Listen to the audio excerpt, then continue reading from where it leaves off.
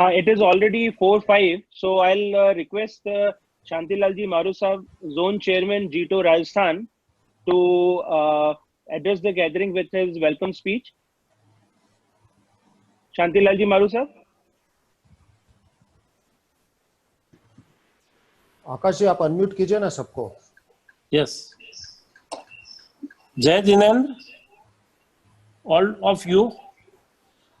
आज जीतो professional form एवं राजस्थान जॉन इसकी जॉइंट वेंचर में ये वर्तमान कोविड-19 जो विश्व की महामारी है इसके कैसे जीने के तरीके पर चर्चा के इस मौके पर मैं हमारे हिंदुस्तान के विख्यात डॉक्टर सुधीर भंडारी जो वर्तमान में प्रिंसिपल एसएमएस मेडिकल कॉलेज में और कंट्रोलर हैं, और इसके साथ पैनल में डॉक्टर जय सुराणा जो पल्मोनरी स्पेशलिस्ट है विख्यात, जो यूएस में अभी है जॉर्जिया में, इनका हार्दिक दिल से स्वागत करता हूं कि ऐसे समय में इन्होंने अपना अमूल्य समय निकालकर हम लोगों के लिए इस पर कुछ चर्चा करके जीने के तरीके बताने का ये करेंगे। और आज इस मौके पर जो इस आयोजन का कोऑर्डिनेशन जो कर रहे हैं दिल्ली से जो हमारे हैं हरजी सुराणा साहब, जो सुप्रीम कोर्ट के जाने माने एडवोकेट हैं, और इसके साथ ही रवि जी जो वित्त विशेषज्ञ कलकत्ता से हैं, ये इस वेबिनार को कोऑर्डिनेट कर रहे हैं। इस अवसर पर मैं सभी पार्टिसिपेंट की जीतो प्रोफेशनल फोरम एवं राजस्थान जोन की तरफ से हार्दिक स्वागत करता हूं, और इसके साथ ही डॉक्टर सुधीर जी भंडारी एवं जय सुराणा साहब का भी मैं दिल से हार्दिक स्वागत करता हूं। आशा है ये हम सब पार्टिसिपेंट को इस वेबिनार द्वारा लाभान्वित होंगे और इस कोविड-19 से जीतने में हम सफल होंगे। Thank you. Now can I request Ajay Bora ji, Vice Chairman JPF, to say a few words? Hi, good afternoon everyone. Jito Professional Forum is a vertical of Jito which consists of the professionals and which gets operated by the professionals. Its members include doctors, lawyers, architects, banking and financial services professionals, chartered accountants and salaried executives, along with the engineers. So when we face these health triggered economic uncertainties in this interconnected and interdependent environment, the importance of professionals and domain experts gets underscored and highlighted. Jito Professional Forum presents a platform where professionals can connect with the business community at large and create a collaborative advantage, which is the key to survive and thrive during these uncertain times. Today's session is in that spirit, where we can engage with the healthcare fraternity and learn from the visionaries and the pioneering efforts that they have been doing, like Sudhir Bhandari ji gave hydrochloroquine to the world, and Dr. Surana ji, who is, as you can see, is scrubbed already. He's about to go to his hospital, but he has been gracious enough to be a part of this session. So over to you, Harji. Yeah. Is Ravi ji online? Yes, I am online. Yeah, please, Ravi ji, in your absence, we have asked Maru ji and Ajay ji to give their welcome address. Now you can, Ravi ji is the director in charge, JPF. Joining from Kolkata.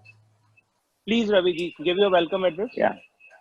I welcome everyone who are attending this webinar on how to live life with caution when COVID-19 is around. As it is said, save one life, you are a hero, and save many lives, you are a doctor.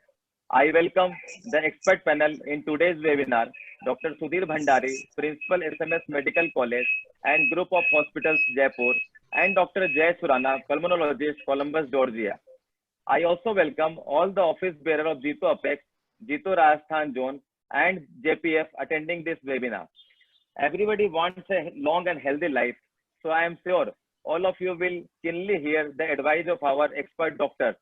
So without any further delay, I request our super talented person, advocate, Supreme Court of India, and moderator of today's webinar, Sri Harsh Surana, to carry forward the session. Thank you, Ravi ji, for your kind words. Sabhi ko Sadar Jai Jindra and a very good afternoon. As told to you, the topic of today's webinar is how to live life with caution in COVID when COVID-19 is there, with expert doctors from India and America. We are very fortunate that we have eminent doctors as speaker today. The whole concept and idea to organize this webinar was कि आज बहुत लोगों में बहुत fear और uncertainty है और बहुत सारे misconceptions हैं जो कि COVID-19 से attached हैं, because ये पहली बार हुआ है कि ये not even one country but it has spread to all the countries throughout the globe. और जिस तरीके से lockdown not only in India but in all geographies, so it is happening for the first time. So just to clear those doubts, uncertainties and fear, we have organized this webinar. As our first speaker, we have Dr. Sudhir Bhandari, MD. He is the principal and controller of SMS Government Hospital at Jaipur and attached medical hospitals. He is a man of great achievements, has been awarded many a times, is having many degrees and a very famous doctor. So we are very fortunate that we have Dr. Bhandari with us, who will share his views on COVID-19. He is also the honorary physician to the His Excellency the Governor of Rajasthan. So we welcome you, Dr. Bhandari.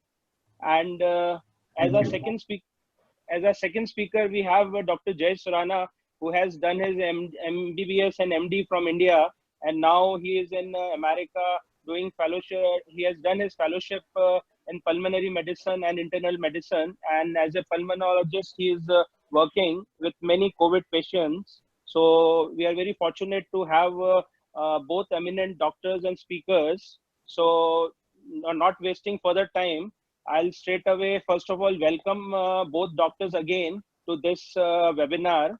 And my first question to Dr. Bhandari Saab. Dr. Bhandari Saab, you have been practicing medicine for so long, must have encountered many old and new diseases, many kinds of bacteria, many kinds of viruses. But this is for the first time that something at this magnitude has happened. So how different is this COVID-19 virus? Over to you, Dr. Sudhir Bhandari ji. Yeah, thank you very much. Before I answer to your specific question, I would extend my profuse compliments and appreciation to Harsh for taking such an initiative, and you have been on the forefront of GITO, and I compliment Harsh Surana for being so proactive for such important cause. I also thank for all the executives of GITO who have been here and who welcomed us. Very interestingly, it is the first instance that we have come across and which has taken the whole society for a toss. And we have got phenomenon, the personal, the social, as well as economical impact of this. If I talk about the effect of COVID, Rajasthan is one of the tourist attraction.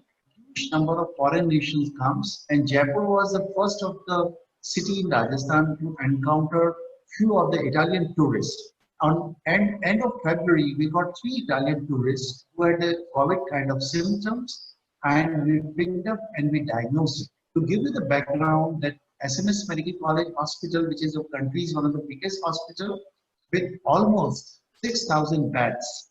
So these COVID patients who were housed in SMS, we were already mentally prepared.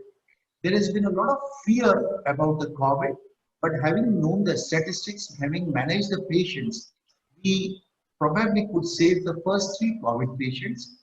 So your specific question that how did we react to this?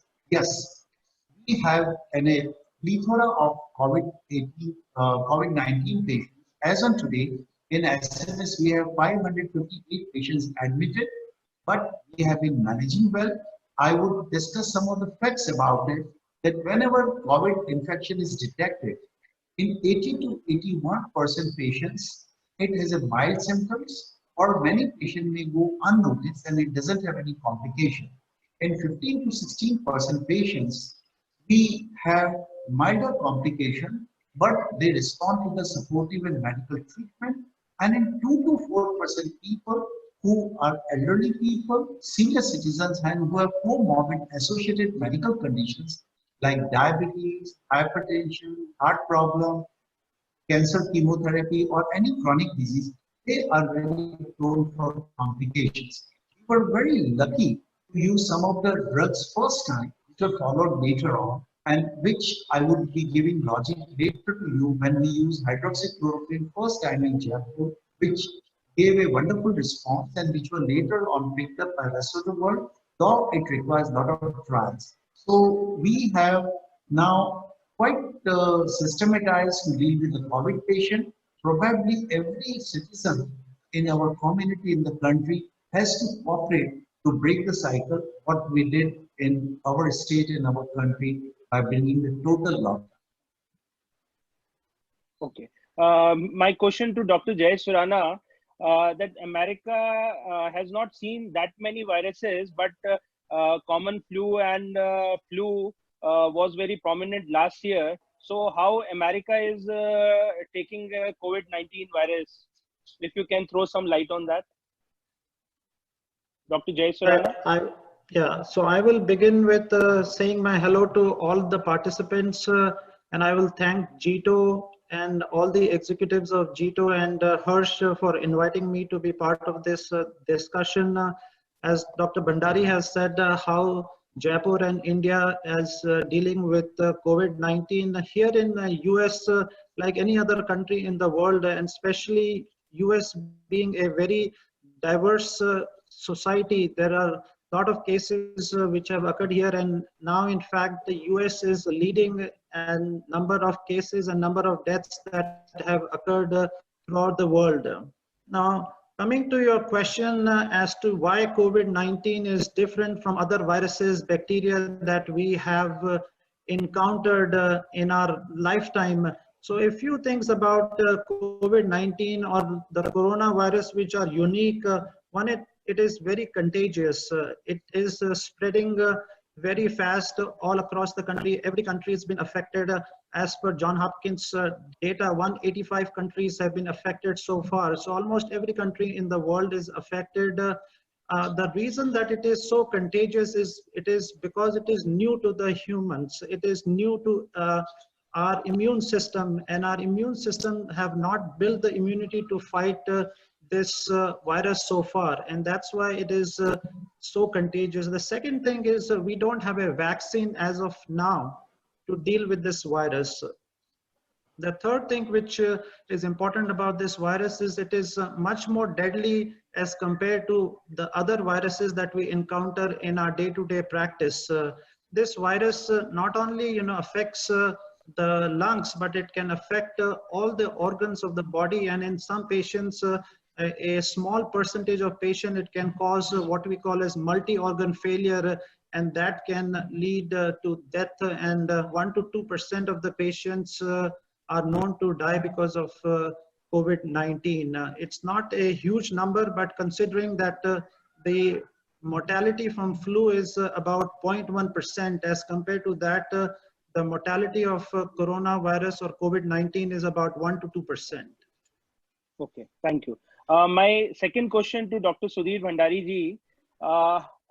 Frankly, Dr. Bhandari, are Indians better placed because we have this BCG TB vaccine, then malaria, hydroxychloroquine is there, high immunity levels are there, high temperature, hot temperature is there. So are Indians better placed compared to other countries? Dr. Sudhir Bhandari. Yes, there has been a lot of observations that there are a lot of asymptomatic COVID positive patients in our country. अगर मैं आपको इसके बारे में बताऊं कि अभी हमारे यहाँ पे जो 558 पेशेंट्स हैं, उसमें से 75% are asymptomatic patients. Asymptomatic patients means we picked up from the hot areas or hot zones, जहाँ पे epicenter of the COVID positive patients थे, उनमें कोई भी symptoms नहीं है. So definitely, काफी theories are in process that yes, Indians are responding less to the virulence of the virus. This could be one theory is that जो भी avoid the virus है, which is less virulent in India or Southeast Asian countries. Secondly, it is believed that this vaccine, which is a part of all the Indian newborns, is giving immunity. One of the very good articles have come Spain में आपने देखा होगा कि इतनी fatality है, the huge fatality and morbidity has been noted down in Spain. Huge number of sickness and death has been noted down in Spain. वो एक ऐसा यूरोपियन कंट्री है जहाँ पे बीसीजी वैक्सीनेशन नहीं किया जाता है बच्चों को, but the adjacent country to Spain is Portugal, और ये फिगर स्पेन में पोर्चुगल से 100 टाइम्स है. Specific answer to your question that BCG vaccine gives an immunity, it is worth thinking and worth considering because India में BCG vaccination rampant है, हर newborn को दिया जाता है. And if you look at the data of morbidity and mortality, Spain और Portugal जो adjacent countries है, probably Spain में issues were 100 times more severe than Portugal. So definitely it is a important mechanism जिसको भी सोचा जा रहा है. हमारे इंस्टीट्यूट में भी we have started the research on the response of COVID in the BCG vaccinated and very few un-BCG vaccinated. But yes, आपका जो observation है, which is a very logical observation, that Indians में asymptomatics are very high. मैं आपको उदाहरण के तौर पे देता हूँ. अभी तक हमारे पास जो 500 plus patients admitted है, उसमें से only because of COVID एक भी वेंटिलेटर पे नहीं है.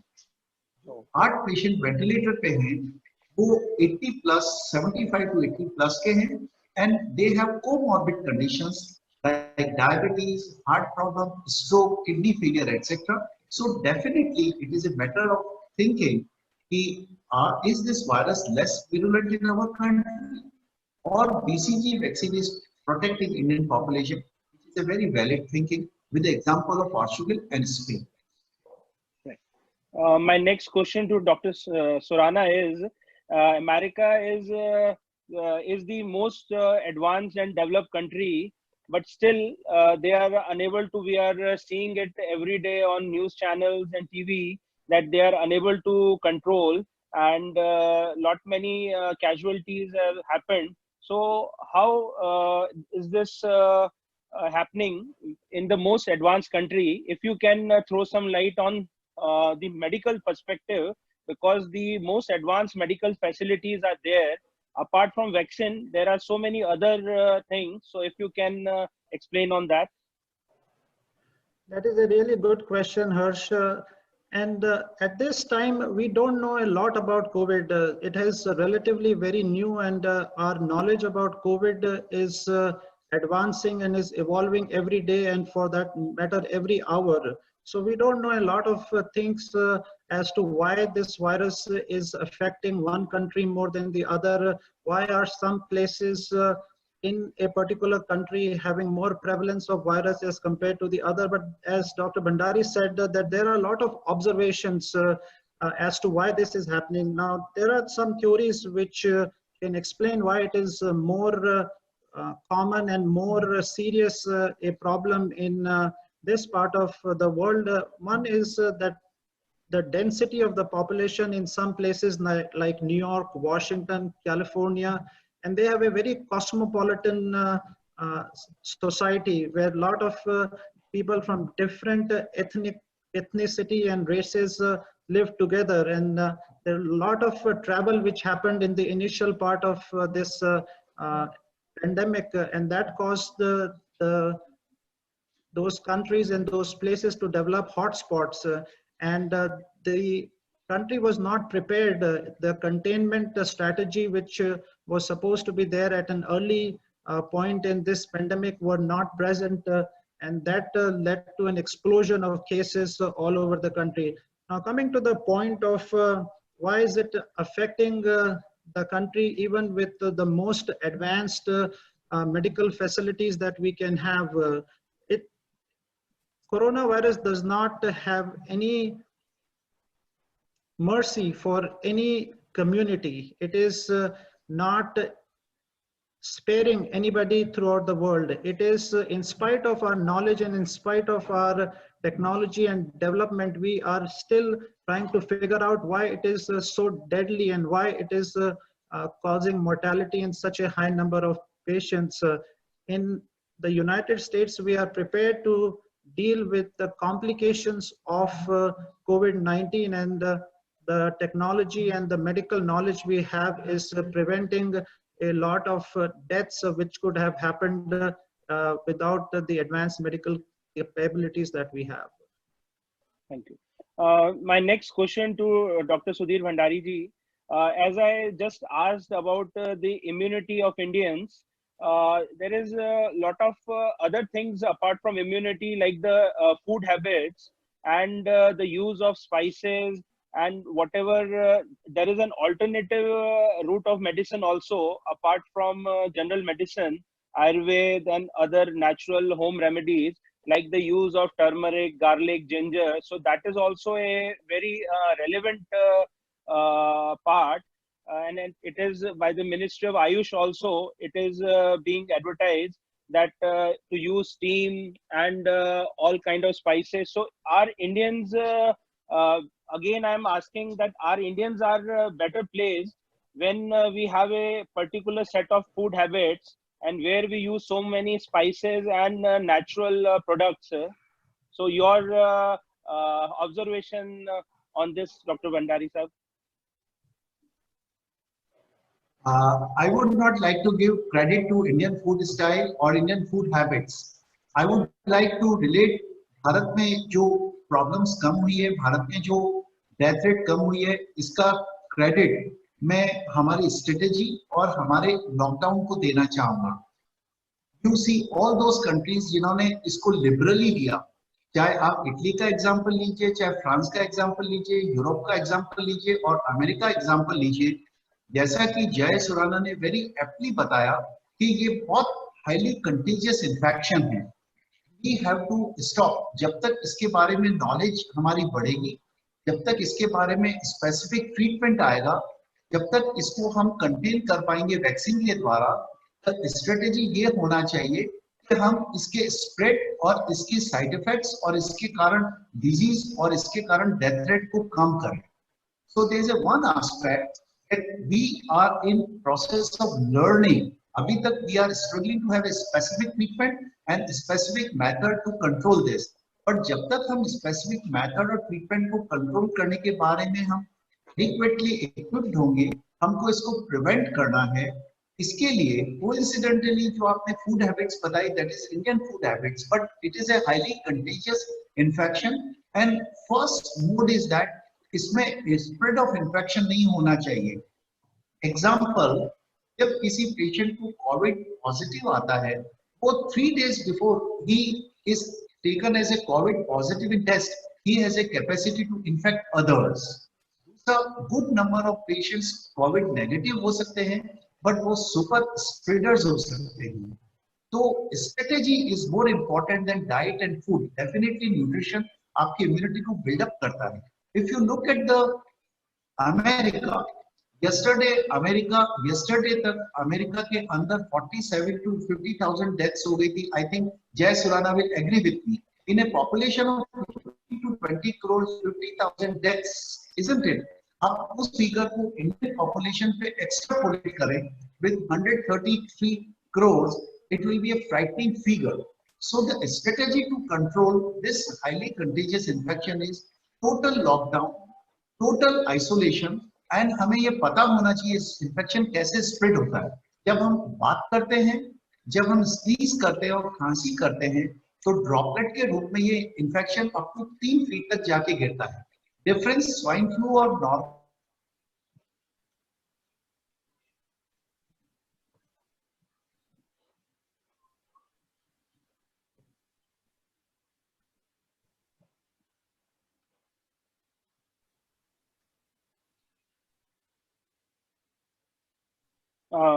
Akash, Dr. Bhandari's video and voice has gone. Can you hear me now? Yes, now it's okay. Yeah. Okay. So if you look at this, when we speak or when we sneeze or cough, droplets goes 3 feet and they can infect. But the difference between normal flu and swine flu is that these droplets don't live long. एक बार अगर हम लोग with a COVID-19 droplets, if you do, वो कहीं पे भी गिर जाएगी, on the table, on the handle or any solid state, and there these virus can stay active for 2 to 7 days or 9 days. So because of intense infectivity, specific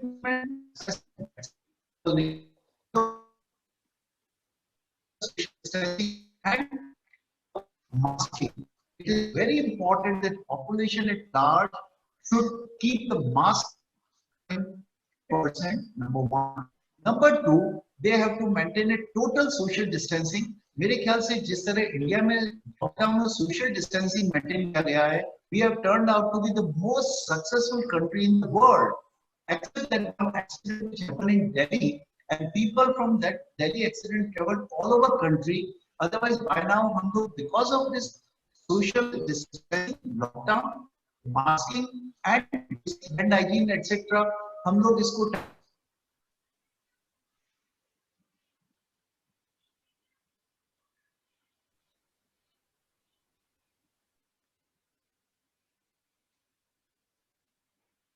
I think Harsh, we lost his videos. Yeah.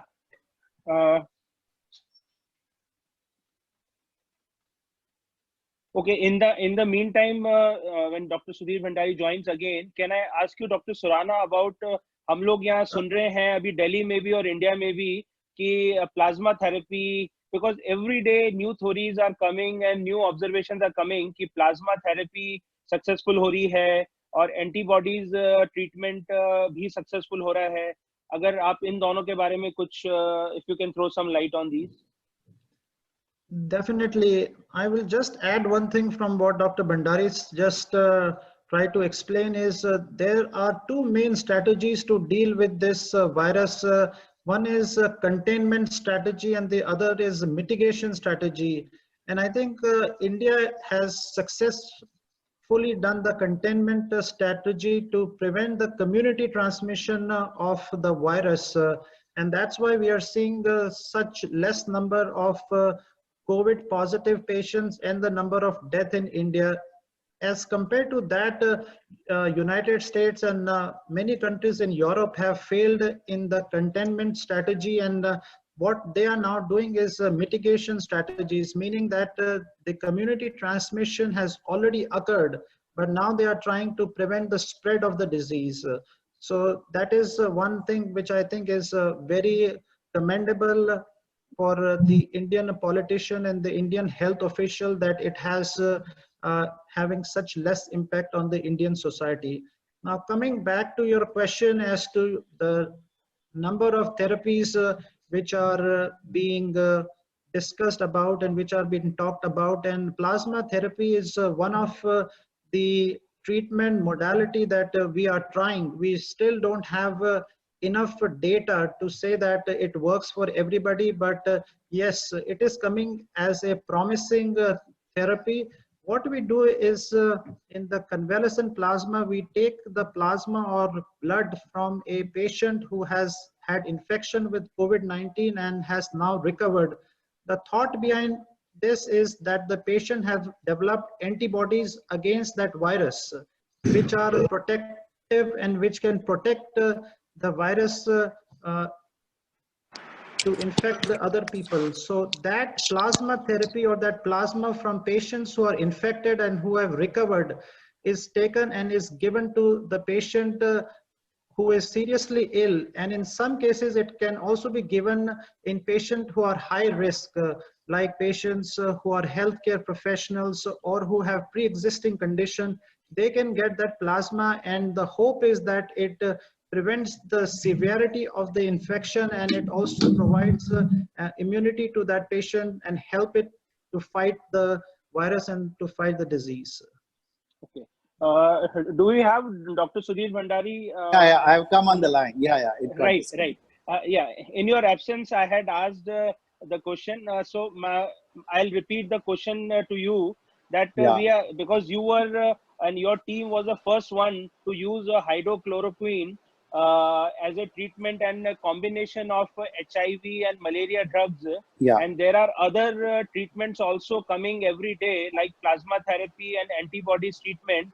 So if you can throw some light on this, your experiment, unique experiment of combination of drugs, and further regarding the plasma therapy and antibody therapy? Harsh, the one of the most important thing is that whenever there is a new issue or new disease, and more so when there is no specific treatment available.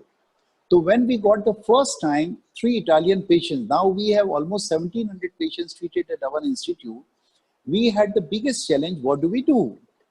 And having had the experience of treating the swine flu, having read all about the literature of SARS virus, if you heard about, there used to be SARS and the MERS, Middle East viral disease in earlier 10 years before. So we checked up all the literature and we found out that hydroxychloroquine is a drug which definitely has some antiviral effect. It prevents the viral attachment to the lung parenchyma.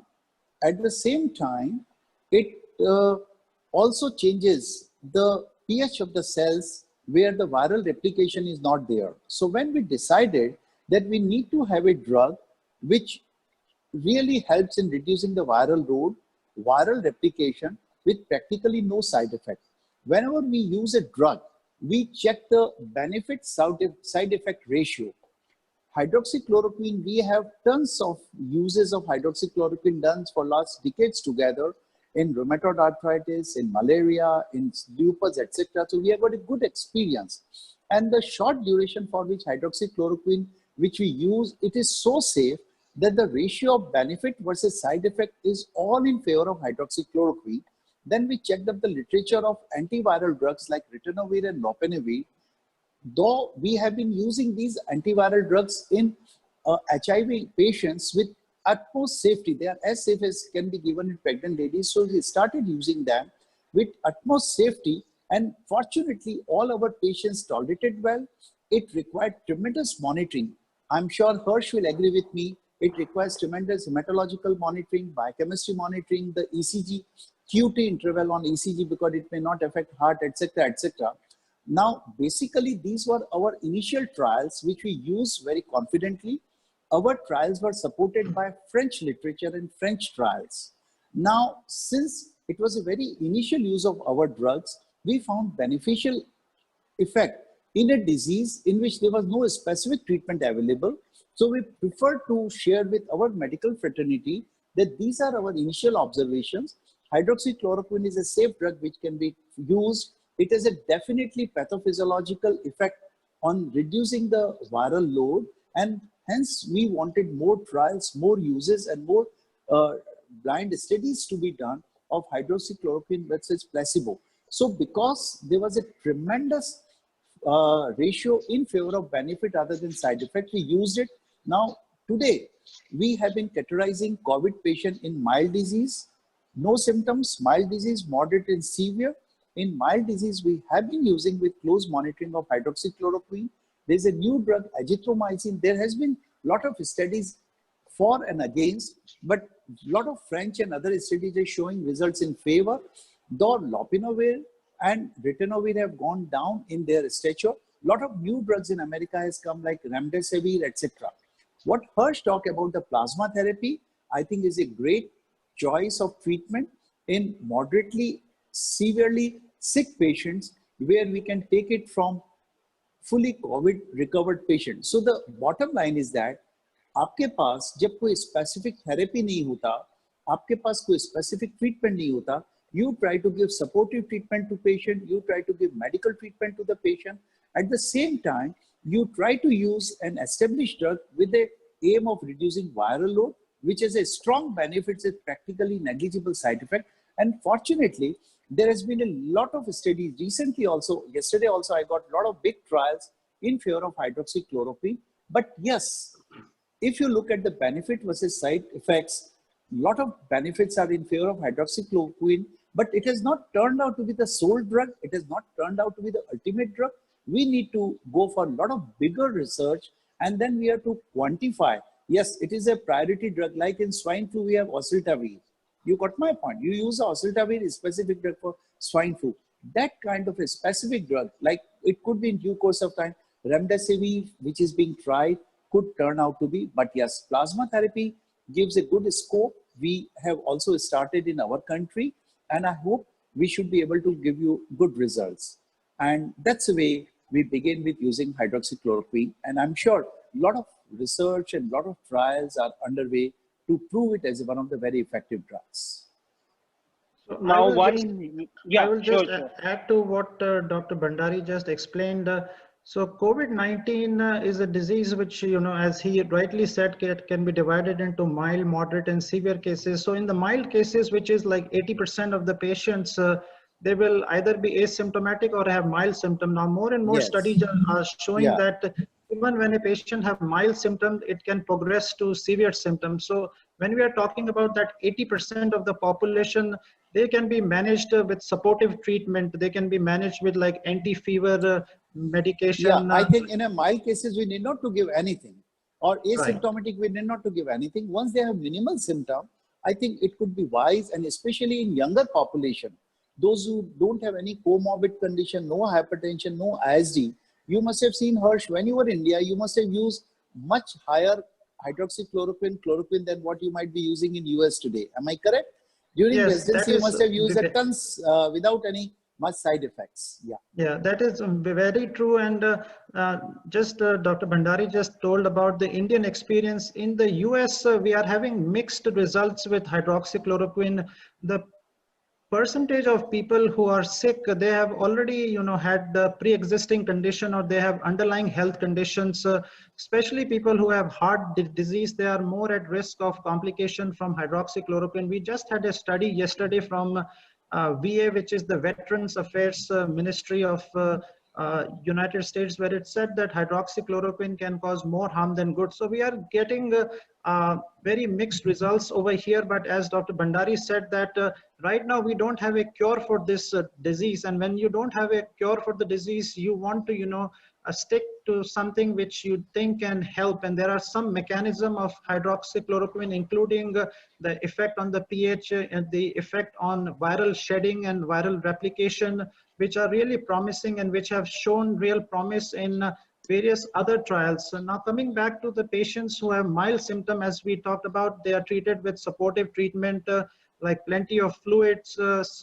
proper sleep, and medications to decrease the fever. Now 20% of the patient will progress to severe or moderate symptoms, and those are the patients who might require to be admitted to the hospital.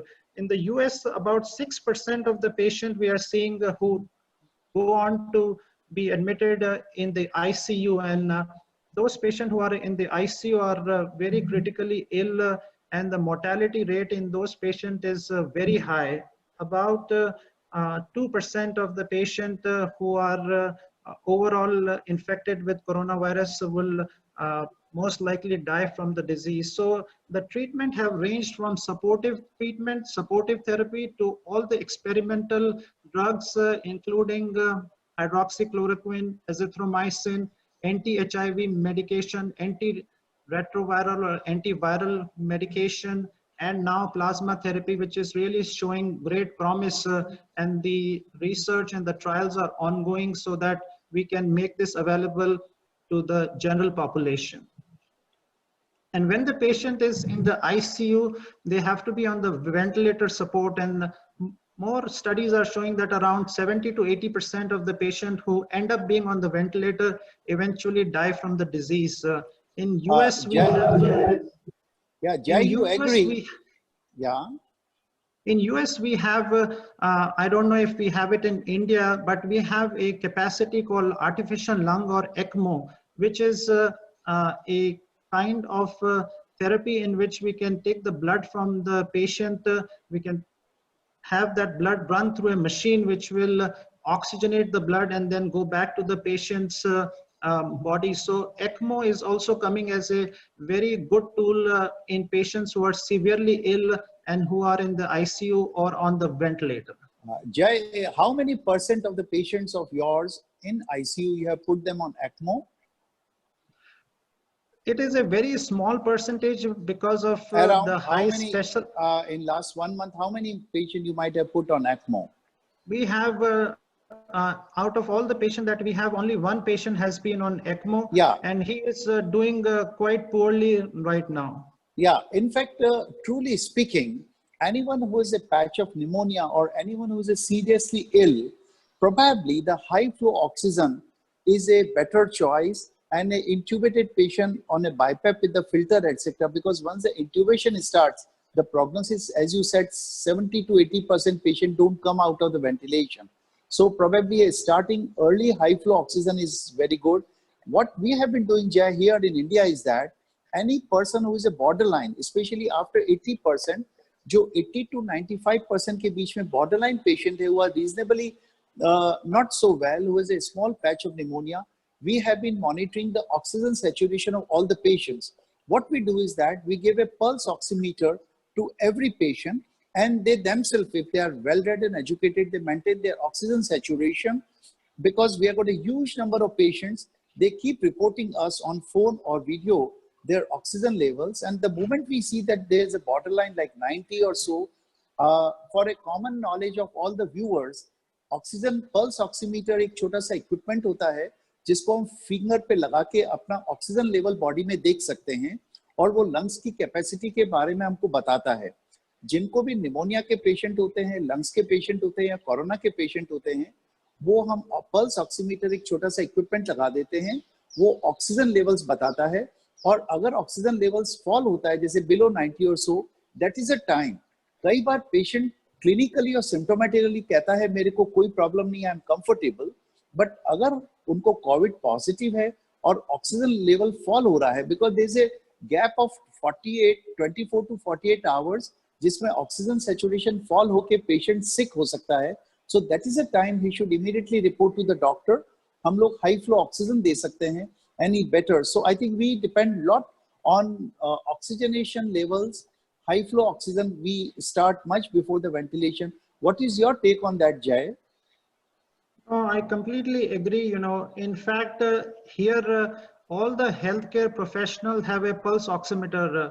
So even not only the patient, but all the healthcare professional has a pulse oximeter, and they monitor their oxygen level. As you rightly said, that there is a lag period between the start of symptoms and your oxygen level dropping. Now, more and more research is showing that there is a condition called silent hypoxia in these patients. Exactly. And silent hypoxia means the low level of oxygen. The normal oxygen level in our blood should be more than 94%. So if it is less than 94%, and in patients who have lung disease, if it is less than 90%, then that is a cause of concern. And what this disease is different from other diseases is we are seeing silent hypoxia. Many a times the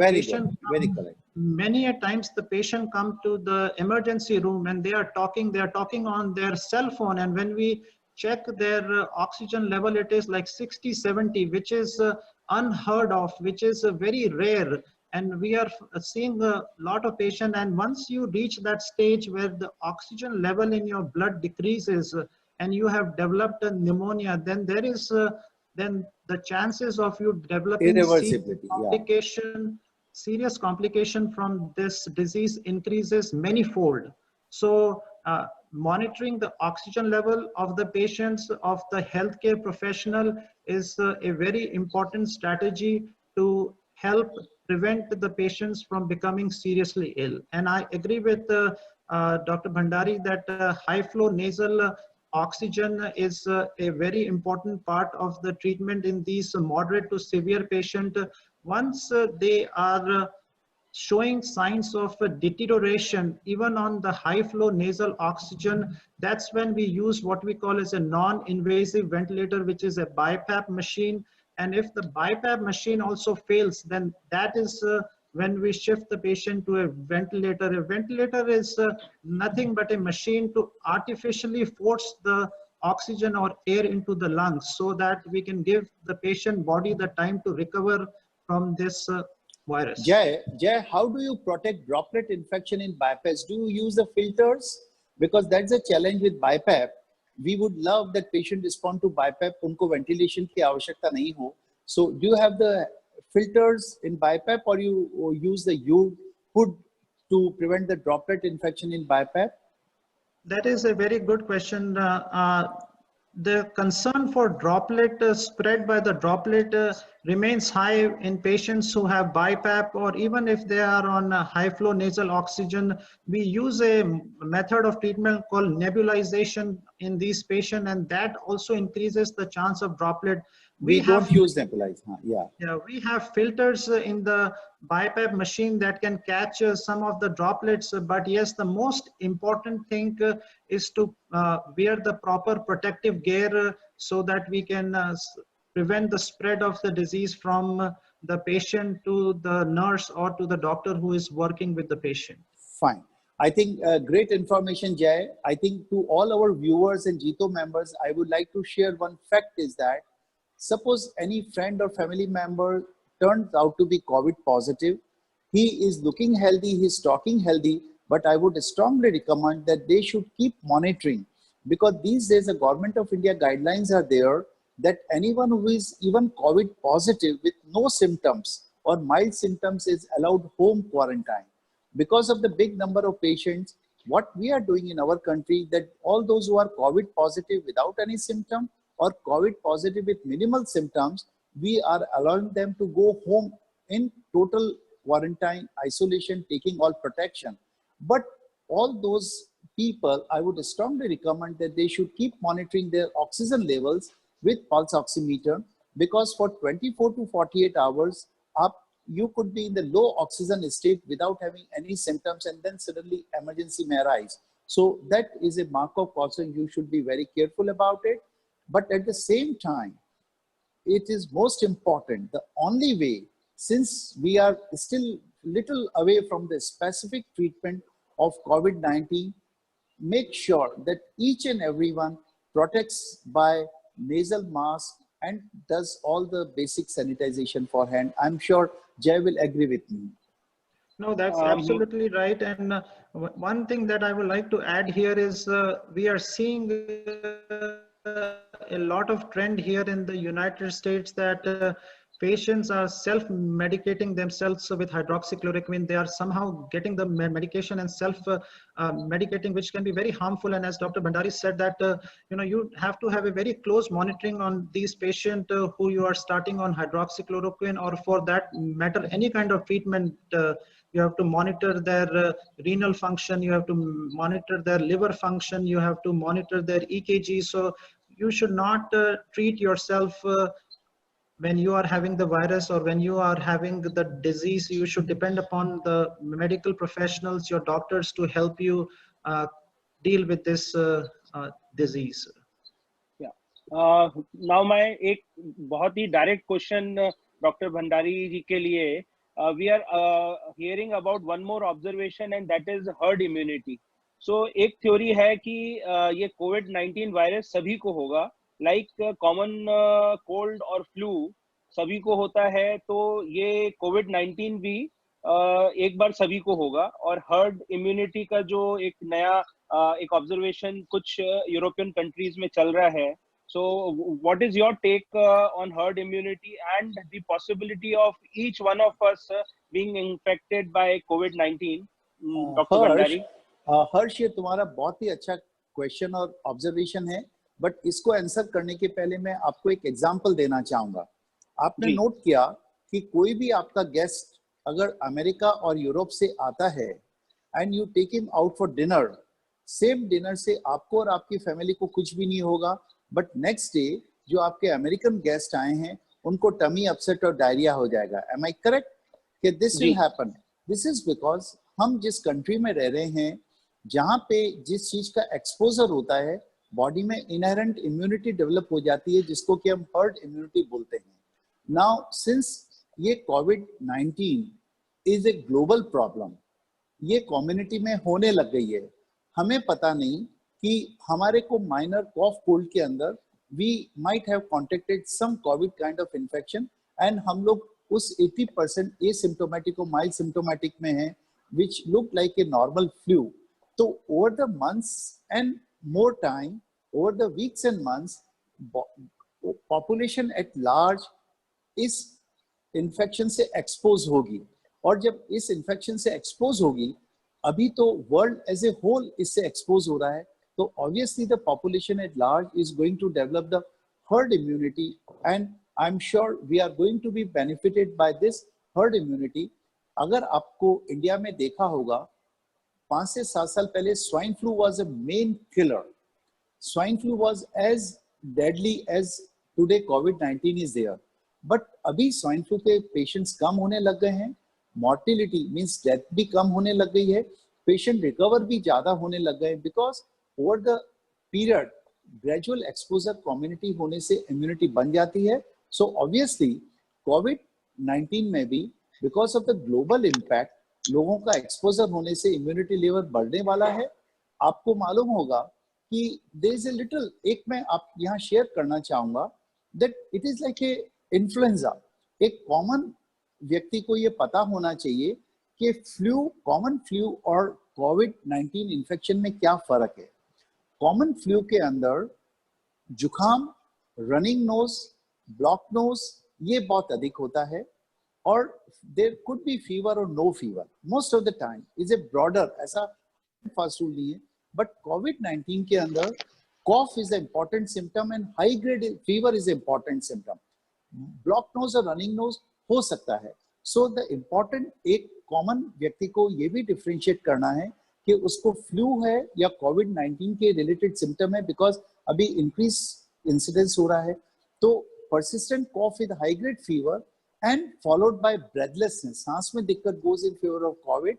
Blocked nose, running nose and mild fever goes in favor of flu, but there could be overlap of symptoms, so don't, but this is just a mark of caution.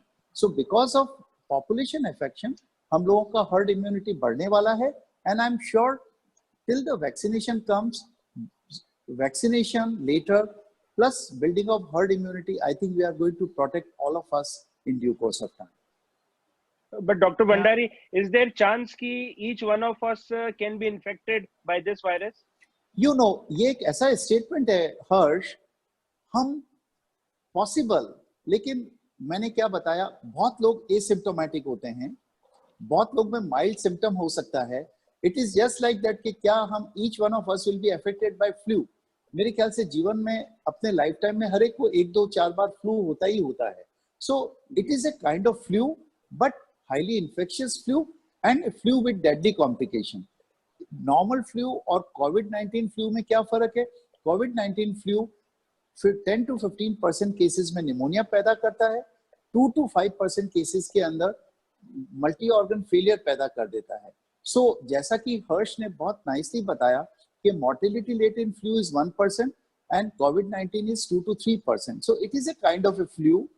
And 80% patient में symptom नहीं होता है. सो जितना हमारा chances है flu होने का, उतना चांसेस कोविड-19 का भी होने का है, but we need to be careful by taking precautions. So bottom line is that yes, हमको भी हो सकता है and we need to be careful. Yeah, these are really very good questions. And just to add on what was just explained, the term herd means a large group of people. So herd immunity is when there is a large chunk of the population, it gets either infected and has recovered, or if they have vaccination so that they are immune to the disease.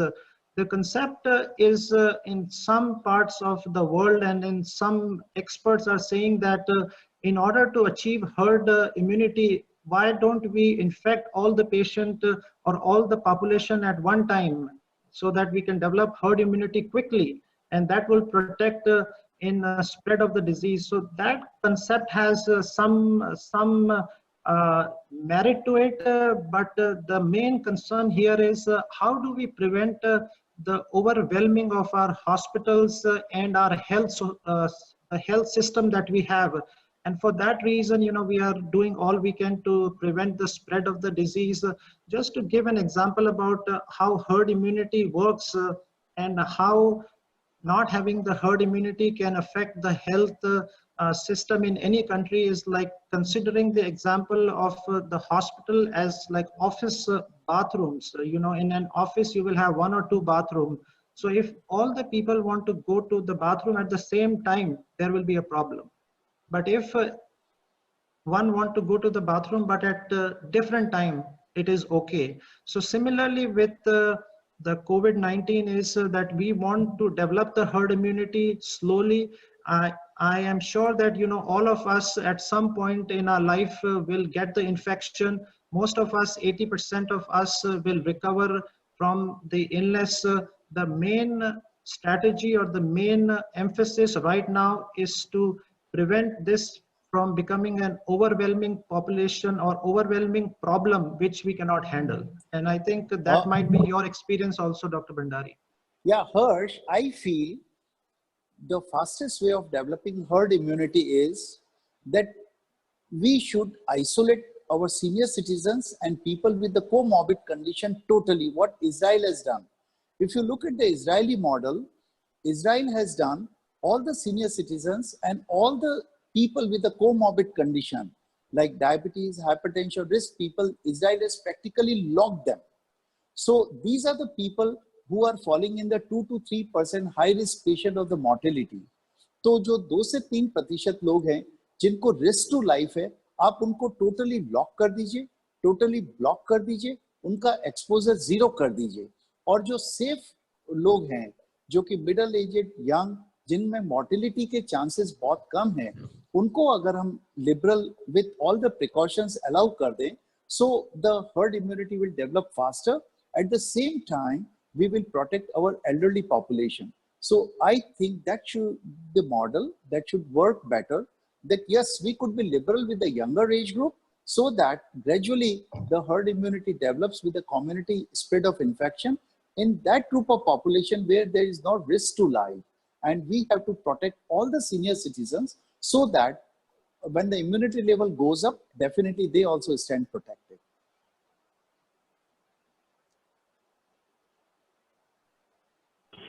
Thanks a lot for both the speakers' views. I think Harsh Uncle is trying to log in again. He's having some technical difficulty. In the meantime, can we take a couple questions from the audience? We had a few questions in the audience. I'll just unmute. We have Dr. Mamta Jain. If you can go ahead and ask your question. Dr. Mamta ji, please go ahead. Thank you. This is Dr. Mamta Jain, Medical Superintendent, Maharaja Agrasen Hospital. Okay. I've got two questions to be asked from Dr. Bhandari first.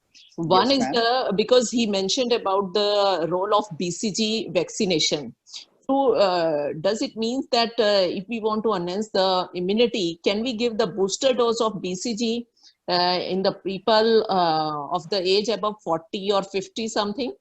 Sure. And after that, over to you, Harji. And what is the second question? Second question is plasma therapy. You said that how long it has to be given? Just one dose or 2-3 dose, or I mean, what is the quantity? Okay, because I now have to suggest answer to my to your pathologist and the doctor. And then third question is role of stopping AC inhibitors in the hypertensive patients. Okay. And the outcome. Okay. Now the first question, you know, this has been the recent observation. I gave you the best example of Portugal and Spain. Yes. Adjacent countries. Spain saw so much of mortality and morbidity, while Portugal has 100 times lesser issues because Portugal has been taking BCG vaccination. It is being observed that those people who are BCG vaccinated, they have some inherent immunity. Your specific question that now, will it be valid to give to the 40 plus patients? Yes. Probably we need to document it because what are the implications of BCG at this age?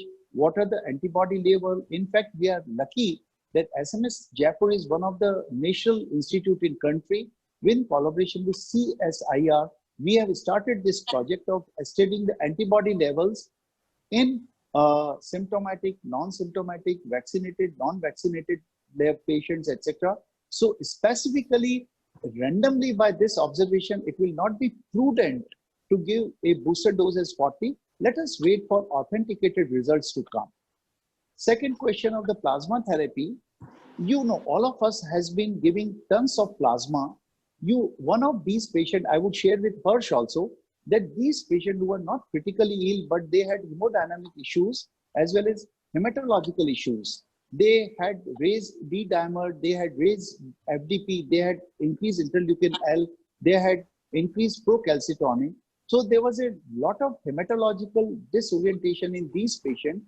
And in few patients, we use simple plasma for hematological disorientations. Now, this plasma therapy has a specific indications that people with mild to moderate disease with falling oxygen saturation with pneumonia, and the donor need to have adequate levels of antibody, that is 1:60 or less. It should be post 28 days after he's negative, etc., etc. So it sounds very encouraging. If you look at most of the international studies, there's a study of 6, 8, 10 patients.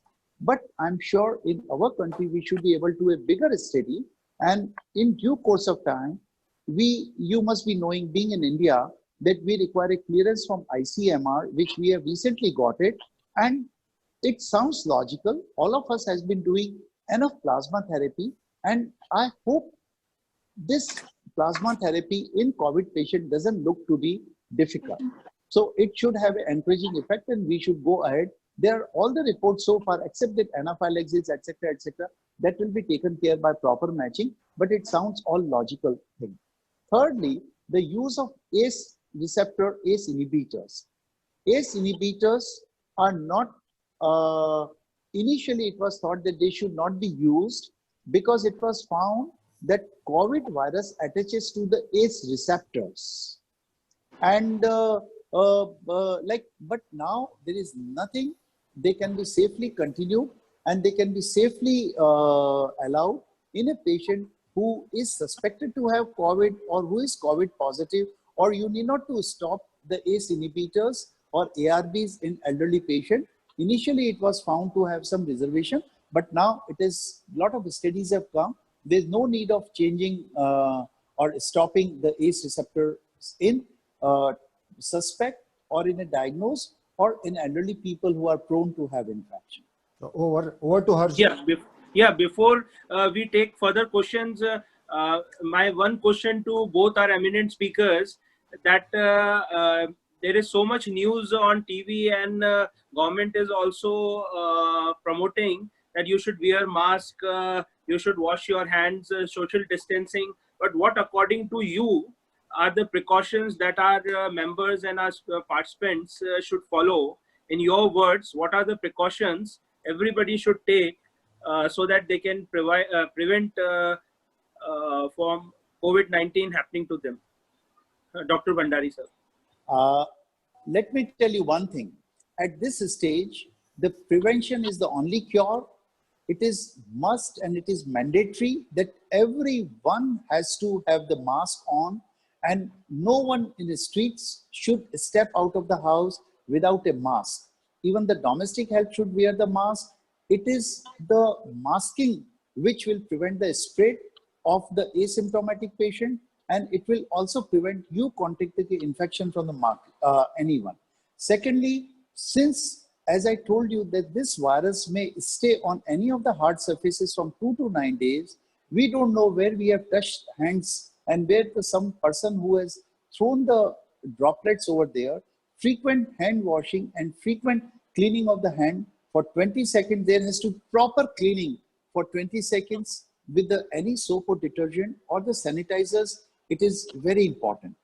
Thirdly, I would also recommend that the source, the entry where this virus finds its way is through the nasopharynx and the throat. So I would recommend, like, if preventive wise, if you keep gargling or if you keep taking the sips of warm water, and if you can take the steam to clean your sinuses, sometime it could also be better. I must share with you that I'm on a state advisory committee to the government, and today only in the state advisory committee to the government, I gave a very interesting proposal, because we have got a certain hot spot or the dense areas of spread in Jaipur. I said, sir, wherever there is a curfew, there should be a strong fine, like you find any pillion rider or the two-wheeler rider without helmet, that anyone steps out of the house without the mask need to be fined. That is the importance of covering and masking, which is very important, and probably this may go on for some time, because we have seen the perfect benefits of lockdown, isolation and masking. I think it is very important. I would like to know what Harsh thinks about it. Yeah, Dr. Surana, your take on what precautions everybody should take? I agree with most of the points that Dr. Bhandari just said. Just to add on what he said, hand hygiene and social distancing is the most important factors which can prevent the spread of this deadly virus or this deadly disease. So hand hygiene, meaning washing your hands properly for about 20 seconds. And then after washing your hands, you should prevent you touching your face or your nose or your mouth. We as human beings are in the habit of touching our face or our eyes. So it is very important that we don't touch our face or our mouth or our eyes in this kind of environment. So proper hand hygiene and social distancing. Now social distancing can be in different forms. In India, I think one of the most important things that the Indian government has done is a complete shutdown and lockdown.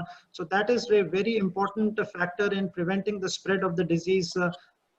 On top of it, whenever you are going out, it should be mandatory and it should be legal that you have to wear a face mask so that you can prevent the spread of the virus. So the face mask is shown not to prevent or not to protect you from getting the virus, but it has shown to protect the people to spread the virus. So let's say I have the virus. So if I am wearing the mask, I will protect the other people from getting the virus. So it's very important to prevent the community transmission of the disease, proper hand hygiene, social distancing. If you are in a place where there are a lot of people, first of all, we should stay away from crowded places. If you are around people, then have a distance of at least 6 feet or 2 meters between one another. That is also a very important factor that can prevent the spread of the disease. On top of it, it is very important that we stay healthy, we follow healthy lifestyle. That is very important. You have to eat healthy. There are a lot of things which increases the immunity. As Harsh, you just said that there is a lot of emphasis on the Indian food, and I would just tell you that in US, in all the pharmacies and all the stores, we get turmeric capsules. So haldi ke capsule, they are out of the shelf because haldi has shown to be having anti-viral and it increases the immunity. So eating healthy, staying hydrated, plenty of fluids. You should stay hydrated, taking proper rest and sleep. These are some of the factors that can protect you and protect the society as a whole from spreading this virus. Now we can take few questions. I have received many questions. So Akash, if you can unmute Suresh Surana, then after that GS Singhvi and Sohan Jain one by one. You can unmute them. They can ask their question and you can mute again. First, Suresh Surana, Akash.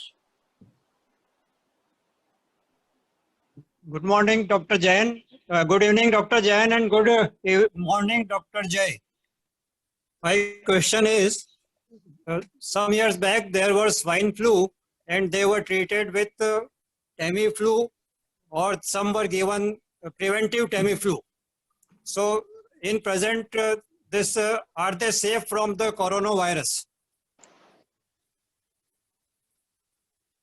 Dr. Bhandari can take this question. Yes. Truly speaking, oseltamivir is not a drug recommended for COVID-19. Initially, few cases it were tried, but it is not a drug recommended. As far as swine flu is concerned, it is a drug of choice for swine flu, that is H1N1, and it is also a recommended drug for the prevention of disease in the context of the swine flu. So it is although it is a drug, can be used as an antiviral drug. So if it can be combined in the cocktail of the COVID-19, it is okay, but it's not a specific drug and you can't rely and depend upon this drug. Dr. Jain, I was just wanting to know whether who have taken Tamiflu, are they safe even after 4 or 5 years from this corona? No, I don't think that that is the case. The antiviral or oseltamivir is a treatment for swine flu or the flu that is prevalent. It is not a treatment for COVID-19, and it does not protect you from getting either flu or any kind of viral infection in the future. So if you have taken oseltamivir or Tamiflu in the past, that does not protect you from getting the flu or a different strain of the flu in the future. Yeah, Thank you, Dr. Yeah. Thank you. Yes, Singhvi sir. Okay, thank you, Dr. Jain and Jay. Lot of thanks to both the doctors. Wonderful presentation, wonderful clarification and satisfaction. I have two questions. One is this lack of lockdown in America is the reason of so much of calamities? First point. Second, which country is the closest to the vaccine? China, Israel, UK, America, or India? And by what?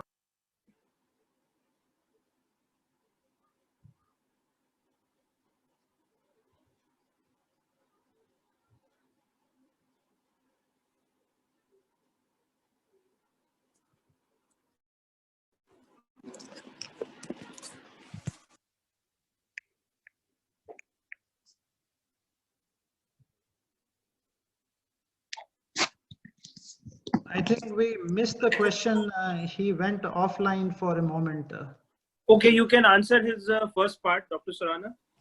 So yes, you know, the virus has affected United States more severely as compared to India and a lot of other countries because I think we have been slow in putting up the strategy of containment. We did not take it seriously enough in the beginning and there were no travel restriction, there was no lockdown, and that helped in the community transmission of the virus. And once the virus comes in the community, then there is not much you can do except for decrease the effect of the virus. So I think one very important factor which had led to the spread of the virus here in America is that we did not have lockdown early on in the disease, which has led to community transmission of the virus, and that has led to so much of death over here in the United States. Now coming to your second question as to the vaccine question, there are like 180 trials all throughout the world which is going on right now regarding the vaccines. And in the UK, just 2 days back, they had injected the first 2 patients with the vaccine, and they will be monitoring him or them over a period of few months and year and see how do those patients do with it, how much immunity, how much antibodies they build. So there are actively 180 trials which are going on all across the world, main in Europe and in America. I'm not very sure about the Indian scenario here, but yes, there is active trials, and the first 2 patients have been injected with the vaccine, and we will see how much antibodies and how much immunity they develop over a course of time. Akash, Mr. Padam Jain from Bangkok wants to ask a question. Padam Jain from Bangkok.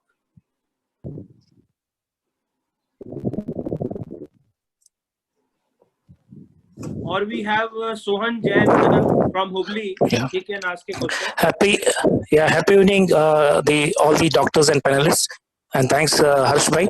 See, now as India, we have seen that primary contacts are almost getting over, and apart from social distancing and using of sanitizers, nose masks, what do you all feel that India is more vulnerable to catch this disease?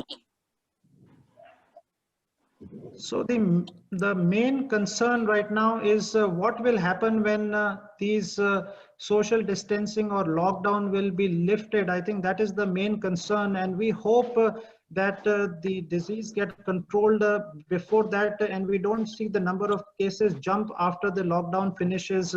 So that is a big concern, and we will have to see, wait and see how that happens. But the hope is that the transmission of the virus has decreased to that level that it will not be any more of a problem, in the sense that we will be able to manage. A lot of patients will still get infected. A lot of people will need hospitalization, but with lockdown, with other strategies of social distancing, we are hoping that we will prevent the fast spread of the virus and it will be manageable. So that's the hope, but let's see how it happens in the future. Yeah, Shantilalji Mehta from Udaipur is asking a question to Dr. Sudhir Bhandari, that how virus can spread from restaurants and fast food chain centers. Basically, basically, definitely restaurants and fast food, both, or anything which exposes you a contact, if not taken adequate precaution, exposes you to the risk of spreading. You know, lot will depend upon the hand hygiene of the people who have been working in the restaurant, who have been your predecessor clients and customers who have come there. You don't know that who are the people who have visited before you, whether they were carriers or whether they were spreaders. You don't know anyone who has stopped or put his hand on the table. And you need to know the people who deliver your food at home, they have a hygienic precautions taken or not. Recently in Delhi, there was a delivery boy who was COVID positive, and he delivered food packets to 70 families, and in turn he infected 400 plus people. So in the present era, when the community spread is there, I think any dining out in restaurant or ordering food from home delivery, probably it will be risking unless you are absolutely sure that all the protocols of hand hygiene and droplet infection has been followed. It will be too much risking in a present scenario. We have Dr. Santosh Shetty, famous knee surgeon from Bombay. Akash, if you can unmute him. He wants to ask a question. Or Mr. Padam Jain from Bangkok. Hello, can I be heard? Yes, Dr. Shetty. Yeah, Dr. Harsh, this is an excellent initiative by Jito. Let me thank you everybody for this informative session. My question is to Dr. Bhandari. We've been hearing that there are multiple strains of COVID-19. Is it true? And if this is true, what kind of strain are we dealing with? Dr. Sethi, you are absolutely correct. One thing is sure, if you look at the morbidity and mortality in China and Italy, which are much higher than in India, there has been a concept that the virulence of Indian strain could be lesser, or it could be BCG-induced immunity, or it could be something to genetics. We have been a part of gene sequencing study. We have already sent 70 plus samples from our group of patients to CSIR, and probably it will be little premature. But the way world over, there's a difference in the morbidity and mortality and the increased number of asymptomatic patients in some countries like India makes us definitely feel that there is some difference in the strains of the COVID virus, as you know. So I think one thing is sure, there appears to be some difference in the strain which has been numbered and labeled. Probably let us wait for some more time for establishing this fact publicly. We have Dr. Akriti Jain from Delhi. Dr. Akriti Jain from Delhi. Akash. Or Dr. GC Mehta from Jaipur. Both wants to ask a question. Dr. GC Mehta. Yeah, please ask your question, sir. Sir, good evening, everybody. Good evening. Hello. Yeah, good evening. Yes, please. Good evening, Bhandari sir. Good evening, Surana sir, and good evening, everybody. Thanks so very much for the opportunity. Bhandari sir, आपसे एक question है. As a radiologist, I am asking this question. There is some discrepancy. What I have read in WHO literature, they say RT-PCR is for research purpose, not for diagnostic. And where do you relate these two things, like this RT-PCR and quick tests, which are going to be available very shortly? I think it is $1 million question. Basically, it's a question for medical fraternity. The gold standard test for establishment of COVID-19 testing is a RT-PCR. Let me again repeat, gold standard test is RT-PCR, and RT-PCR confirms the presence of virus. There are different ways of taking RT-PCR sample. The nasopharynx is the choicest sample where the sensitivity is 80% plus. The oropharynx, there's this much lesser sensitivity, and if you take both the sample, sensitivity rises. Although sputum also has 50 plus sensitivity. The rapid antibody test, what does it mean? I must explain to you. Rapid antibody test confirms the presence of antibody in the blood. Whenever someone is exposed to a COVID-19 virus, then antibody response arises in a person. This, after 7 days of exposure, IgM antibody appears, and after 14 days, IgG body appears. Now, suppose you do 100 rapid tests, and in 50% you find the rapid test being positive. It just shows there has been an exposure of patient to the COVID virus. It is a good test for community surveillance. A positive antibody test just shows that patient has an exposure to COVID virus, and you are not very sure whether he is a spreader, whether he will continue to be asymptomatic, or whether he will be a spreader.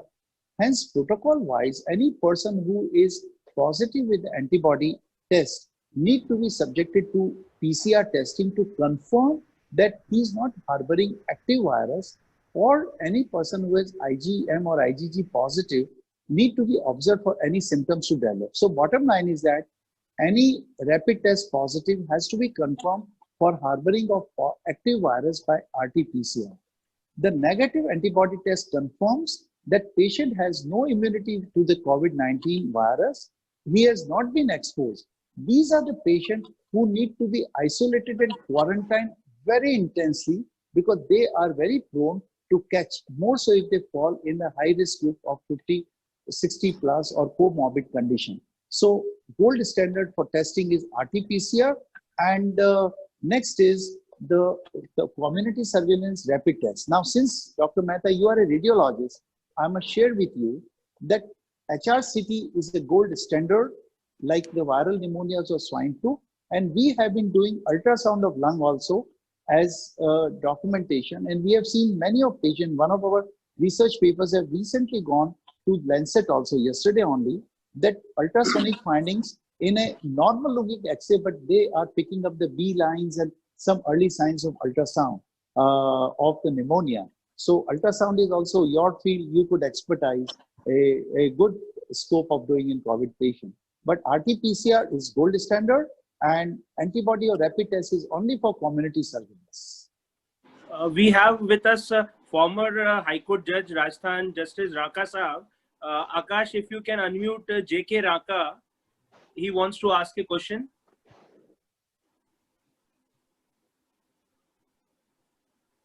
Akash, can you identify? Yeah. Hello. Sir, we can hear you. Yeah. Dr. Bhandari, Dr. Surana, and dear Harsh. So nice listening to all of you. Very small question, that what stage we are now entering into. Because people say we have crossed second stage, we are entering the third stage. How many stages are there? One. Second is, in this heat conditions like Rajasthan, we are touching almost 40 degrees. People say and reports say that it will die down soon. But what is the actual theory coming out of the experiments being done by the doctors? These two questions.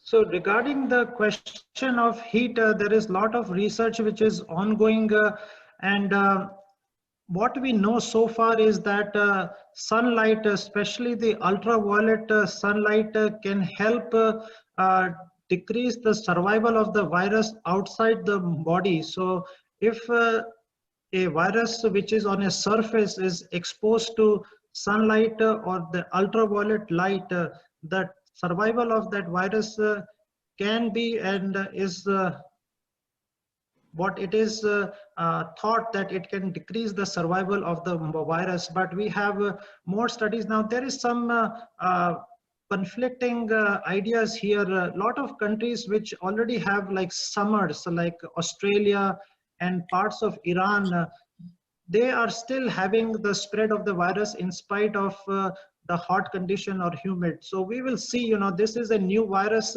We don't know much about it. So it will be interesting in the coming months. Once the summer is here, we will have to, keep a close watch on it and see if the number of cases decreases or not. But if it behaves like a normal flu virus, which it can in the future, then definitely it will wane down in the summers, but there is a possibility that it will come back in the fall and in the winters. So right now, what we are trying to find is how it will be affected by the weather and whether it will behave like a normal flu virus or the swine flu in the past. Okay. Akash, Padam Jain. हाँ जी. जी, Padam Jain from Thailand. हाँ, मेरा doctor साहब से question है. Can you hear me? Yes, we can hear you. Okay. मेरा doctor साहब से question है कि विटामिन डी और विटामिन सी लेना अब इस समय कितना हेल्पफुल है. यहाँ पे बैंकॉक में डॉक्टर्स ने मेरे को सजेस्ट किया है कि आप विटामिन डी लीजिए. तो अमेरिका में विटामिन वगैरह बहुत ज्यादा लेते हैं. तो इंडियन पॉइंट ऑफ व्यू और American point of view both ये कितना हेल्पफुल है, प्लीज सजेस्ट कीजिए. Thank you. Yeah, definitely, there is studies and there is ongoing research regarding different vitamin, minerals, and what can help to develop the immunity. And if you get the disease, then decrease the severity of the disease. Just to let you know that every patient who is admitted to the hospital here in the United States, they get vitamin C 1000 milligrams, and they also get zinc, like 220 milligram of zinc. So this is the standard protocol that all the patient, other than hydroxychloroquine, azithromycin, and other medication which are available, we start them on vitamin C and on zinc. And yes, vitamin D, which is a very important virus and which we get through the sunlight, it can also help in developing the immunity. In a research in Chicago, they have tried vitamin C intravenously. So vitamin C was given through an IV to these patients, and what they have shown, and it is not proven yet, is that it helps or it fastens the recovery of the patient from this disease. Lot of ongoing research, but for now, if the doctor have suggested you taking vitamin D and vitamin C, I think it is a good idea. And on top of it, if you can take zinc supplement, that might also prove to be helpful in fighting this virus. Okay, we have Amit Jain, Senior Railway Officer. If yes, please, Amit ji. Thank you, sir. Thank you, sir. My question is Dr. Bhandari, sir. Dr. Bhandari, am I audible? Yes, you are audible. Sir, actually I heard some news about the spreading of coronavirus through files. We usually used to deal with the files in our offices, and we don't know who is basically contaminated with the virus. So how it is cracked, or what is the probability of getting the contamination through files? Because I heard in the Rajasthan that 17 offices were contaminated through files. Is it true or? No, it is true. If a coronavirus is spread on the paper or cardboard, it stays alive for 48 to 72 hours. Yeah. So if you have someone who has handled your files and who may be a known COVID patient, or who could be suspect COVID patient, or who could be a spreader of the coronavirus, and anyone doubtfully your file has been handled by someone, so it will be wise that after handling any file or paperwork, it will be very important to continue hand hygiene. In fact, any kind of handling you do by your hand, you need to have sanitizer on your table or soap and detergent in your office. Any kind of handling of papers, files, etc., you need to keep cleaning your hands even with the sanitizers. Take 3 to 5 ml for 20 seconds, or with the soap and detergent for 20 seconds, not knowing who might have handled this file, because even on the paper and cardboard, the COVID-19 virus live alive for almost 48 to 72 hours. So hand washing and hand hygiene is the most important. You need to be careful, and even if it's in office, it will be advisable to use mask. In fact, these days, mask should be the must. Whether you are working in office or going out, etc., mask is a must, because you don't know the person who is visiting you might be a spreader, because big number of patients are asymptomatic. They might be asymptomatic carriers, asymptomatic spreaders, who themselves don't have any symptom, who never got themselves tested, but they may turn out to be like a simple flu or influenza. So using mask and hand hygiene is the best protection you should do. Yeah, before calling, yeah, please.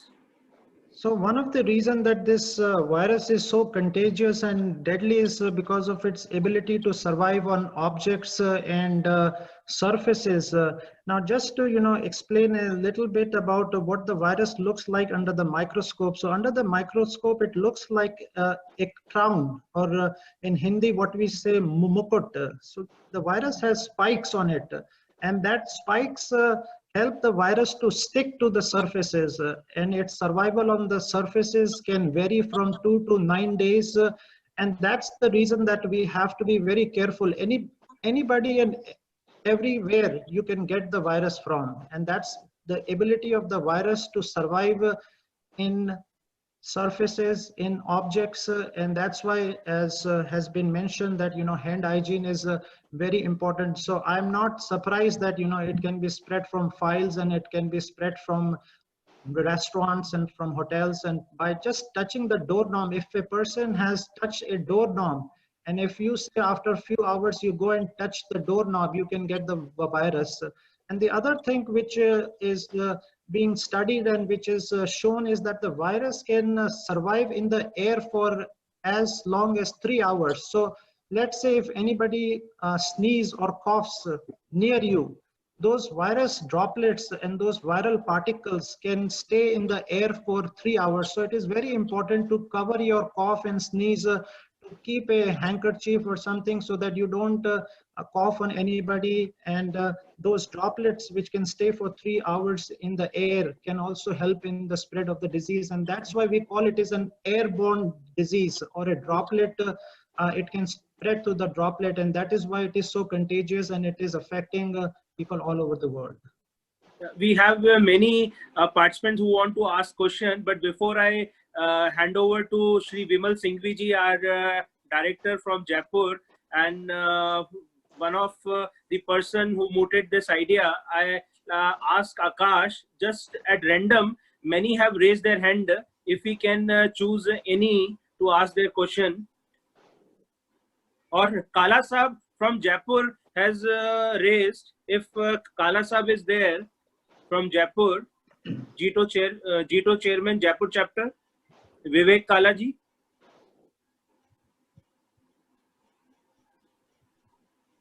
Or Akash, we have Dilip Surana.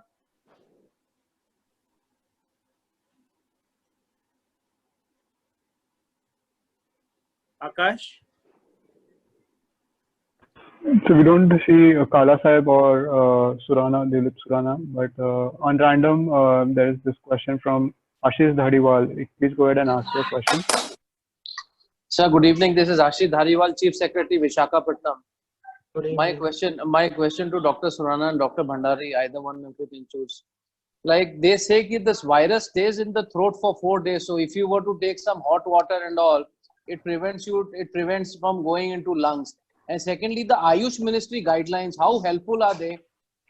So I just like to an answer for that, sir. Truly speaking, there's nothing like that. It stays in the throat for 4 hours.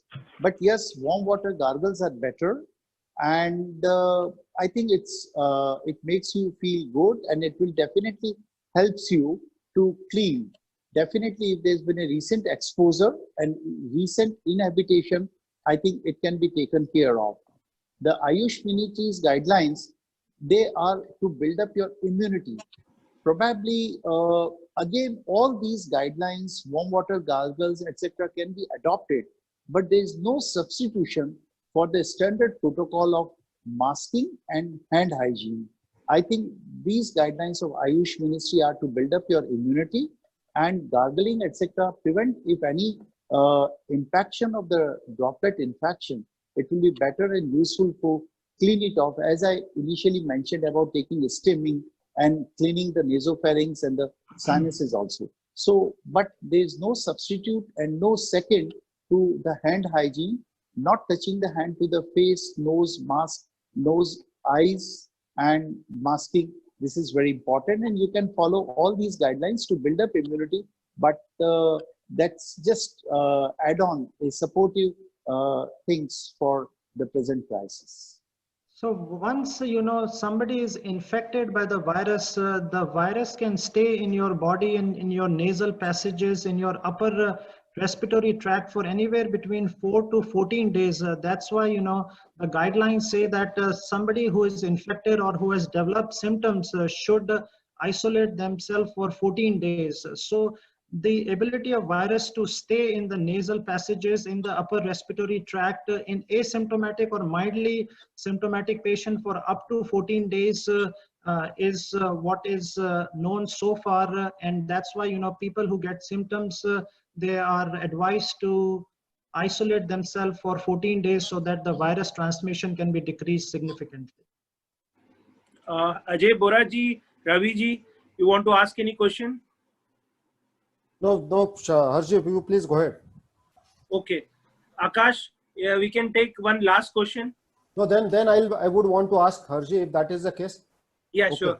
So the question to either of the speakers is based on your first hand and the frontline experience, in terms of the timeline, what would you think would be the timeline for India to come back to normalcy or at least close to that? Dr. Bhandari.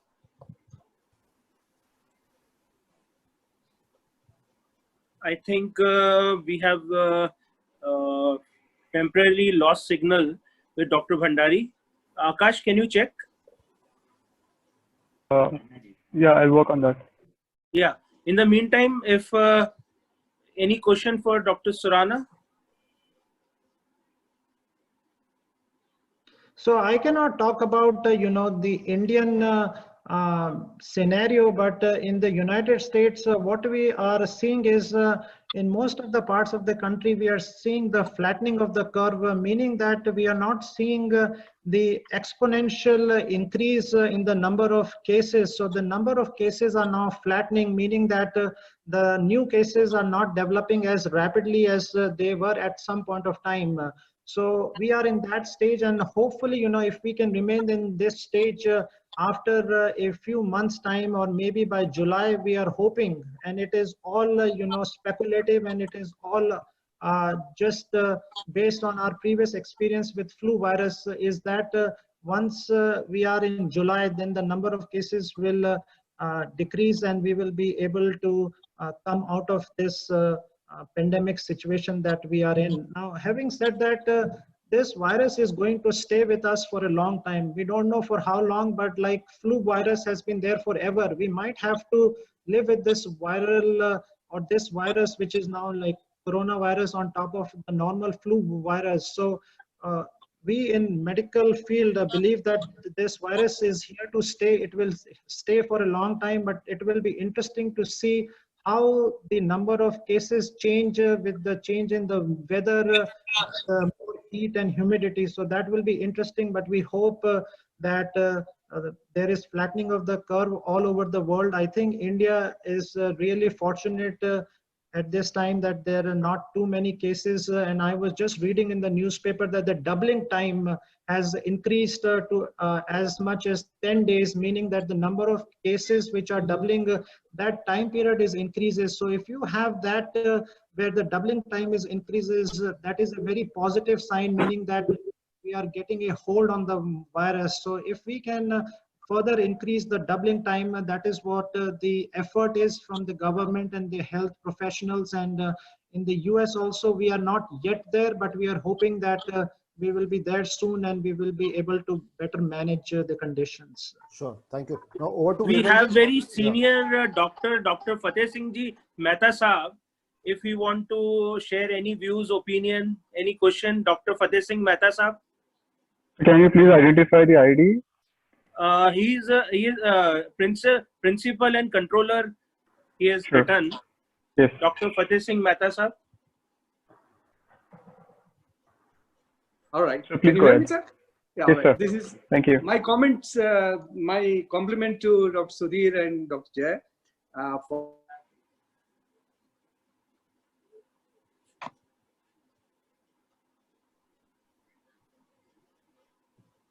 Sir, we are unable to hear. Akash? I think it got muted on his end, probably, or the signals are weak on his end, I think. Okay. Do we move to Vimalji then, our director Yeah. in charge? Akash, any one last question?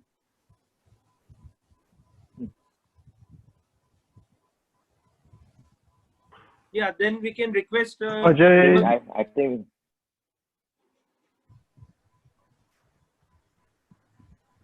Do we have Ajay ji online? He had a raised hand. Ajay Bansal. Okay. Ravi sir, you had question. Ravi Jain sir. No. Now let's move to vote of thanks, I think. Okay. Okay, we can request Vimal Singhvi ji, our director from Rajasthan, to please give a vote of thanks to our speakers and participants. Vimal Singhvi sir.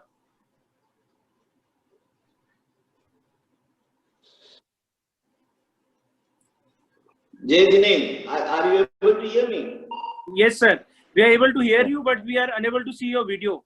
I think they have off it. I am on. Yes, please, sir. It's okay now? Yes. Oh, yes, now we can hear you. Thank you, Doctor. You have been an excellent thing, and thanks to Harshji. He has given an excellent opportunity to all of India on this COVID and quarantine time, and everyone is being helped a lot by your speech, your guidance, and all your things, what you have taught today to all the participants will be a great help. And I thank Ravi ji, Ajay ji, Bora, and all other participants for being here with us. And at this great time, and I would ask Harshji to continue this type of things all and again and all in different fields also. Thank you very much. Thank you, Dr. Sudhir Bhandari Sahab, Dr. Jay Surana, for your time, and to all participants, thanks a lot. Thank you. Thank you. Harsh. Thank you. Bye-bye. Bye. Thank you, Bhandari. Everyone. Thank you, everyone. Thank you, Harshji. Thank you, Ajay ji. Outstanding session. Thank you Outstanding everyone. session. Thank Very you. good. Thank you.